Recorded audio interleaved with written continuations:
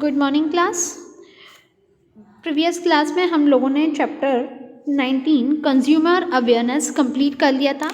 Hope आप लोगों ने सबने कॉपी भी कंप्लीट कर ली होगी। आज हम स्टार्ट करेंगे chapter number 13 that is functioning of Indian democracy. Indian democracy के functions.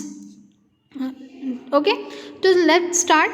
India is an important democratic republic in the world. The framers of the Indian Constitution adopt a parliamentary form of government and the democratic state up.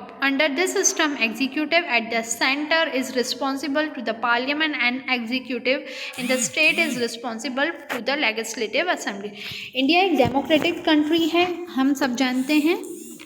उसके बाद India में कुछ जो rules और regulations हैं जो government ने जो एडॉप्ट करें रूल्स और रेगुलेशन, वो पार्लियामेंट के थ्रू बनाए जाते हैं। यहाँ पे दो तरह के एग्जीक्यूटिव होते हैं, एक होता है नॉमिनल और एक होता है real. They are able to exercise the framers of constitution has adopted a federal form of government. यहाँ पर जो भी कॉन्स्टिट्यूशन एडॉप्ट होता है वो federal form of government prepare करती है।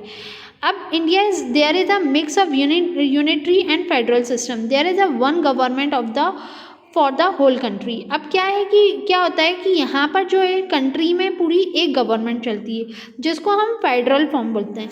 यूनिटरी और फेडरल में अंतर होता है। फेडरल फॉर्म ऑफ गवर्नमेंट वो गवर्नमेंट होती है जहाँ पर एक कंट्री वन गवर्नमेंट होती है फॉर द होल कंट्री, पूरी कंट्री की एक ही गवर्नमेंट होती है। दैट इज कॉल्ड फेडरल और अ सेंट्रल गवर्नमेंट, जिसको फेडरल गवर्नमेंट भी बोलते हैं और सेंट्रल गवर्नमेंट बोलते हैं। इसके अलावा beside there is a government for each state. हर एक स्टेट में भी, अब हम कंट्री की बात करेंगे तो एक गवर्नमेंट है, जैसे कि मोदी सरकार हो गया। बट हम स्टेट की बात करें तो स्टेट गवर्नमेंट होती है, जैसे कि there is a government for state which is as state government. State के लिए जो गवर्नमेंट होती है जिसको स्टेट गवर्नमेंट बोला जाता है। Division of power जुडिक्शन। अब सेंट्रल गवर्नमेंट और स्टेट गवर्नमेंट की कुछ पावर्स होती हैं जिनको उनके पावर के अकॉर्डिंग उनका काम किया जाता है। Independence we adopted a process of national development which is based on the policy of democracy dedicated to development and public goods. Independence के बाद नेशनल डेवलपमेंट हुआ जो कि पॉलिसी डेडिकेट करती है development and public goods. The object of this administration is ensure social, political and economic. ये हर जगह चाहे वो सामाजिक हो, चाहे पॉलिटिकल्स हो, चाहे इकोनॉमी हो, इन सब के लिए जस्टिस करती है। अब हम पढ़ेंगे Indian administrative system.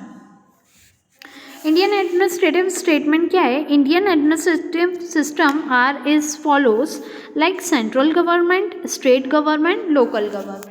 Central government क्या करती है? Comprises the president, the prime minister, the cabinet minister, Indian parliament and supreme court. Central government के अंदर the president, prime minister, cabinet ministers ये सब आ जाते हैं। Indian parliament and supreme court ये सब इसके सेंट्रल गवर्नमेंट के पार्ट ही होते हैं। स्टेट गवर्नमेंट में governor, chief minister, cabinet minister, Vidhan Sabha और हाई पंचायत, जनपद पंचायत, ग्राम पंचायत ये सब हमारे जो हैं स्टेट गवर्नमेंट के अंदर आ जाते हैं। सारे प्रॉपर एडमिनिस्ट्रेशन मतलब प्रॉपर तरीके से काम हो तो कंट्री को स्टेट्स में डिवाइड करा गया है। रेवेन्यू डिवीजन, डिस्ट्रिक्ट, तहसील, विलेज, मतलब कि डिवाइड कर दिया गया है स्टेट में, रेवेन्यू डिवीजन में, डिस्ट्रिक्ट में, तहसील में और विलेजेस में। In this way the administrative setup is properly organise from top to bottom level. तो एडमिनिस्ट्रेटिव को इस तरीके से डिवाइड करा गया है, टॉप से लेकर बॉटम तक ये डिवीजन किया गया है। To make the democratic setup practical and useful, administrative powers are extended and given up to regional and local level. तो democratic setup practical और useful administrative powers जो कि extend करी गई हैं regional and local level पे। अब for this local self government have been provided every unit of administrative discharge discharge it duty and functional to them. हर एक को उसकी ड्यूटी के अकॉर्डिंग उसको वर्क दिया गया है। अब यहाँ पर आपको एक फ्लो चार्ट दिख रहा होगा। इस फ्लो चार्ट में आपको सेंट्रल गवर्नमेंट और स्टेट गवर्नमेंट को डिवाइड किया गया है। सेंट्रल गवर्नमेंट में लेजिस्लेटिव, एग्जीक्यूटिव, जुडिशरी ये आते हैं। स्टेट गवर्नमेंट में भी ये तीनों आते हैं। अब यहाँ पे लेजिस्लेटिव में पार्लियामेंट और काउंसिल आता है। यहाँ पे लेजिस्लेचर में लेजिस्लेटिव असेंबली और लेजिस्लेटिव काउंसिल आता है। यहाँ पे एग्जीक्यूटिव में प्रेसिडेंट आता है और जुडिशरी में सुप्रीम कोर्ट आता है। यहाँ पे एग्जीक्यूटिव में गवर्नर, काउंसिल ऑफ मिनिस्टर और जुडिशरी में हाई कोर्ट और डिस्ट्रिक्ट कोर्ट आता है। सो इसी तरीके से इस फ्लो चार्ट में समझाने की कोशिश करिए कि सेंट्रल गवर्नमेंट में जो 3 पार्ट होते हैं उसके अंदर क्या क्या आता है और स्टेट गवर्नमेंट में जो 3 पार्ट होते हैं उसके अंदर क्या क्या आता है। इट इज तो ये तो हमारा था। अभी हमने क्या पढ़ा, इंट्रोडक्शन पढ़ा इंडियन एडमिनिस्ट्रेटिव सिस्टम का। ये हमने इंट्रोडक्शन पढ़ा है, होप आप लोगों को समझ में आया होगा। अभी हम इंट्रोडक्शन के बाद आगे की बात करते हैं कि characteristics of federal form of government क्या होता है। That form of government under which power of the government are divided by constitution between the central government and the provisional or state government। यहाँ पे क्या होता है, गवर्नमेंट की जो पावर्स होती हैं वो डिवाइड कर दी जाती हैं कॉन्स्टिट्यूशन बिटवीन सेंट्रल गवर्नमेंट में और स्टेट गवर्नमेंट में। Sources of powers in respect of both.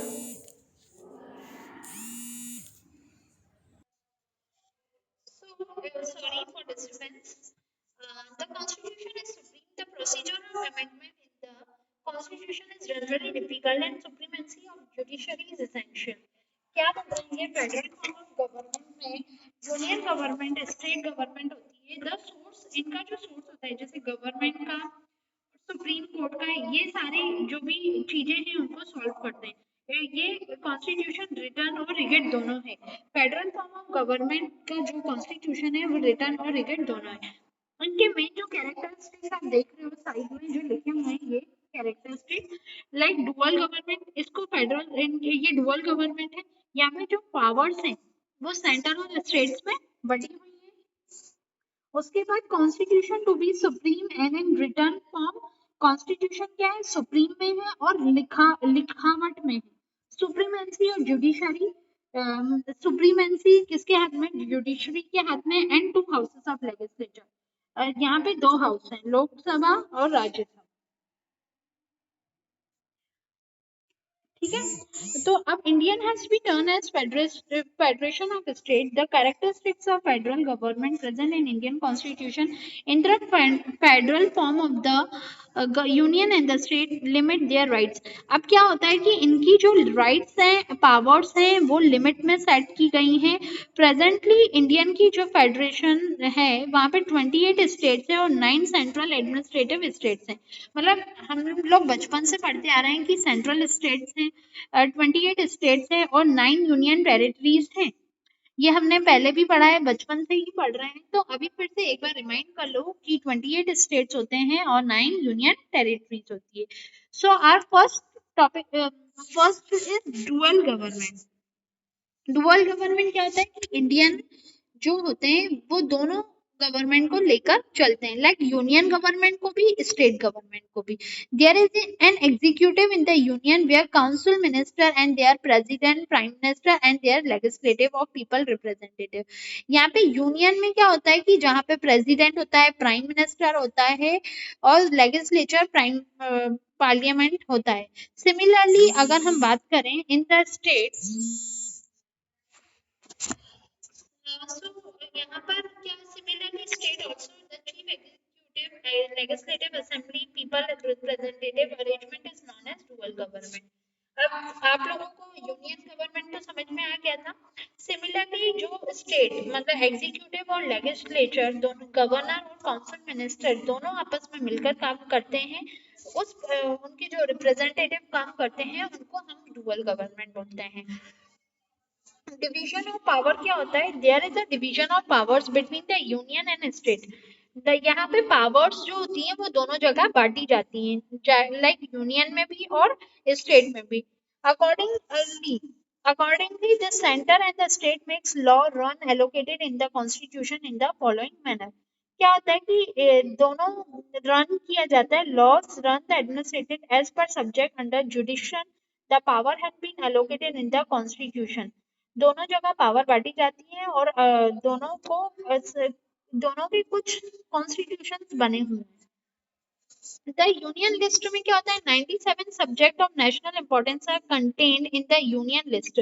यहाँ पे यूनियन लिस्ट में 97 सब्जेक्ट जो हैं वो कंटेन हैं, इन विच जैसे कि सब्जेक्ट्स हैं defence, foreign affair, defence forces, finance, communication, railway are prominent.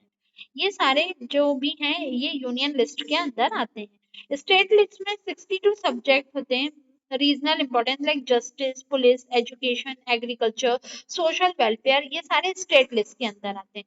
Union list के अंदर जो सब्जेक्ट आते हैं आप लोगों को ध्यान देना है, 97 सब्जेक्ट आते हैं। स्टेट लिस्ट के अंदर 62 सब्जेक्ट आते हैं। The congruent list के अंदर originally there were 47 subject in the list, but after the 42 amendment, 4 subject and one more subject were added. क्या हुआ, 42 सब्जेक्ट में 47 सब्जेक्ट लिस्ट में थे, बट 42 अमेंडमेंट के बाद 4 सब्जेक्ट और 1 मोर सब्जेक्ट, ये सारे सब्जेक्ट और ज्यादा ऐड हुए। अब मिलकर ये मिलकर 52 सब्जेक्ट होते हैं। Marriage, divorce, trustee, forest, wild life protection of bird, social security, ये सारे सब्जेक्ट्स के नेम हैं। And next is residual power. If certain subject remain over and above the three list, such subject shall be union. देखो union list में 97 subject हैं, फिर state list में 62 है, फिर कॉन्ग्रेंट में 42 अमेंडमेंट के बाद टोटल 52 सब्जेक्ट हो गए। उसके बाद जितने भी बचे हुए सब्जेक्ट होते हैं, मतलब जितने भी बचे हुए मुद्दे होते हैं, वो सारे रेसिडियल पावर्स में आ जाते हैं। तो ये तो हमारे सब्जेक्ट का मतलब है कि यहाँ पे जितने भी मुद्दे हैं, जैसे सोशल वेलफेयर से रिलेटेड, एजुकेशन से रिलेटेड, एग्रीकल्चर से रिलेटेड, ये तो स्टेट लिस्ट में आ गए, यूनियन में अलग आ गए, कॉन्करेंट में अलग आ गए। बचे हुए मुद्दे जितने भी हैं वो रेसिडियल पावर में आ गए। अब हम नेक्स्ट पढ़ेंगे supremacy and written form of constitution. Under the federal form of government, written constitution is necessity. Constitution is the supreme and the basic law of the country. Constitution क्या है, supreme है और basic law है। Union and state government follow the constitution under this system of government to ensure supremacy of the constitution the procedure of its amendment has been made difficult. क्या हुआ था कि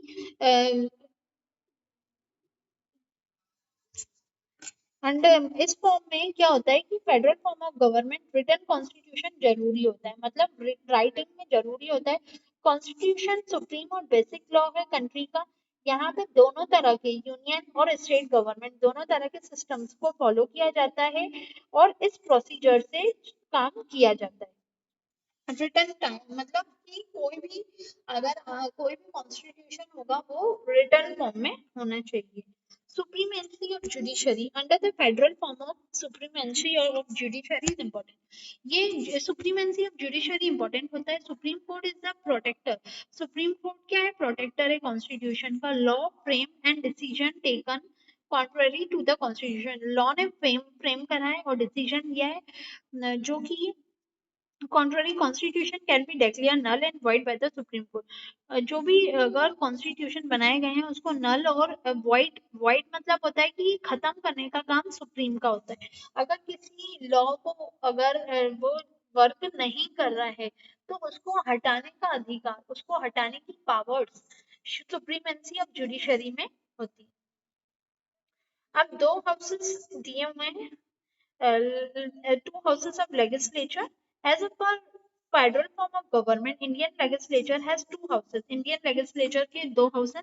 first house जिसको parliament बोलते हैं, second house जिसको council of state बोलते हैं। तो काउंसिल ऑफ स्टेट में राज्यसभा आ जाता है जो कि स्टेट को रिप्रेजेंट करते हैं।